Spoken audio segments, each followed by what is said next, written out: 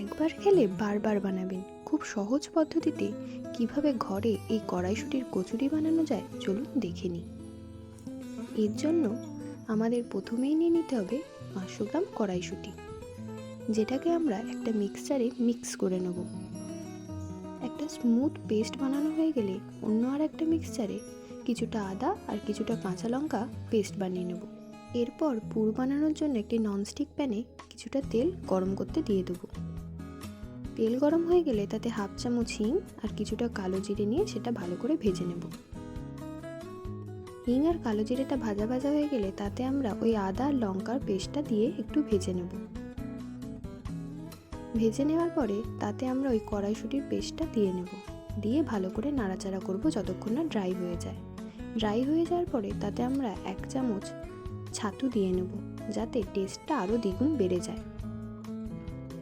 সেটা ভালো করে মিশিয়ে নেওয়ার পর তাতে আমরা দেব হাফ চামচ বিট নুন, স্বাদ মতো নুন আর হাফ চামচ চিনি। এরপর মিক্সারটা ভালো করে নাড়াচাড়া করে একটা পাত্রে ঢেলে নামিয়ে রাখব। অন্য সাইডে কচুরির ময়দা মাখার জন্য একটা পাত্রে 500 গ্রাম ময়দা নেব এবং তাতে পরিমাণ মতো নুন, হাফ চামচ চিনি আর পরিমাণ মতো তেল দিয়ে ময়ামটা ভালো করে বানিয়ে নেব। ময়ামটা ভালোভাবে মাখা হয়ে গেলে তাতে আমরা উষ্ণ গরম জল দিয়ে ময়দাটা ভালো করে মেখে নেব। ময়দাটা ভালো করে মাখা হয়ে গেলে তার উপর থেকে আমরা কিছুটা তেল ছড়িয়ে দেব। তেলটা উপর থেকে ছড়িয়ে দিলে উপর দিকটা ড্রাই হবে না। এরকমভাবে আমরা ডোটাকে 15 থেকে 20 মিনিট রেস্টে রেখে দেব। এরপর 15 থেকে 20 মিনিট বাদে ডোটা খুবই সফট হয়ে যাবে। এবার ওই ডোটা থেকে আমরা মিডিয়াম সাইজের কিছুটা লেচি কেটে নেব। এরপর ওই লেচির মধ্যে এরকমভাবে পুরগুলোকে দিয়ে নেব।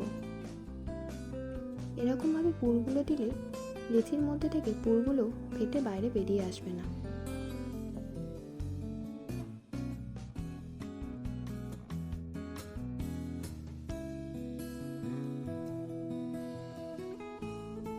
অন্যদিকে আমরা কড়াতে তেল কচুরি ভাজার জন্য গরম করতে বসিয়ে দেব আর কচুরির লেচিগুলোকে গোল গোল করে বেলে নেব। গোল গোল করে বেলে নেওয়ার পরে সেই কচুরিগুলোকে আমরা ওই তেলে ভেজে নেব।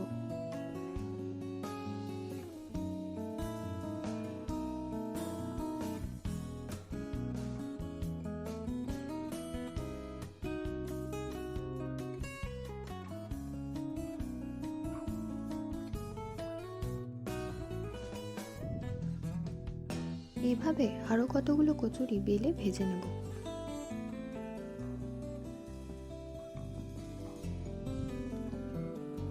আশা করি আমার এই রেসিপিটা বুঝতে আপনাদের কোনো অসুবিধা হয়নি। আপনারা এই গরম গরম কড়াইশুঁটির কচুরি আলুর দম বা ছোলার ডাল দিয়ে পরিবেশন করতে পারেন। আপনাদের ফিডব্যাক অবশ্যই আমাকে কমেন্টে জানাবেন। এছাড়া আপনারা যদি এই আলুর দমের রেসিপিটা জানতে চান তাহলে অবশ্যই আমাকে কমেন্টে জানাবেন। আজকের জন্য এইটুকু। দেখা হচ্ছে নতুন কোনো ভিডিওতে। সুস্থ থাকবেন, ভালো থাকবেন। ধন্যবাদ।